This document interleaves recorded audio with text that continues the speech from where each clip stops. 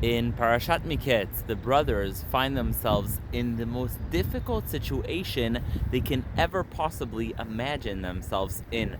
Joseph, the ruler of Egypt, they don't know it's Joseph though, tells them that they are spies. He arrests them and he tells them the only way they can possibly come back to Egypt is if they bring the younger brother they mentioned, Benjamin. To prove he's serious, he takes their brother Shimon as a hostage. He tells them, do not return here for your brother Shimon unless you bring your younger brother Benjamin. Another thing Joseph does is he puts them in prison, all of them, for 3 days.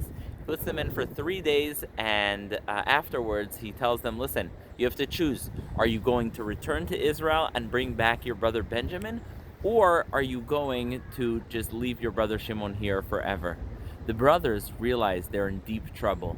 They turn to one another, and instead of strategizing, instead of planning, instead of seeing what they should do next, they turn to each other and say words that will echo forever in history. Aval ashemim anachnu, we are guilty. Suddenly, they reflect on it. They realize that they sold their younger brother Joseph years ago, more than a decade ago. And they realize that that was a terrible mistake and that all this is happening because they sold their brother into slavery. And so they say, Aval ashemim anachnu asher ra'inu tzarat nafsho. We saw him beg, we saw him cry, behitchaneno eleinu. He begged to us, the lo shamanu. We did not listen to him. And it's fascinating because if you look at things, they're not regretting the actual selling of their brother. They're regretting the cruelty, not listening to his cries, not listening to his pleas. That's what they are regretting. Behitchaneno eleinu velo shamanu. He begged to us and we did not listen.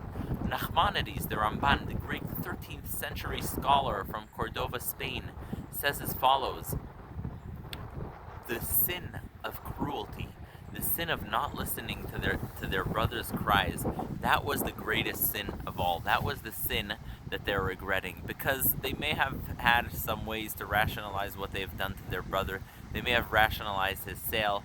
However, what they could never rationalize is ignoring his cries, his pleas, ignoring the consequences of what would happen to Jacob. So the lesson is here a lesson in empathy, a lesson in kindness, and a lesson in listening to others. Shabbat Shalom.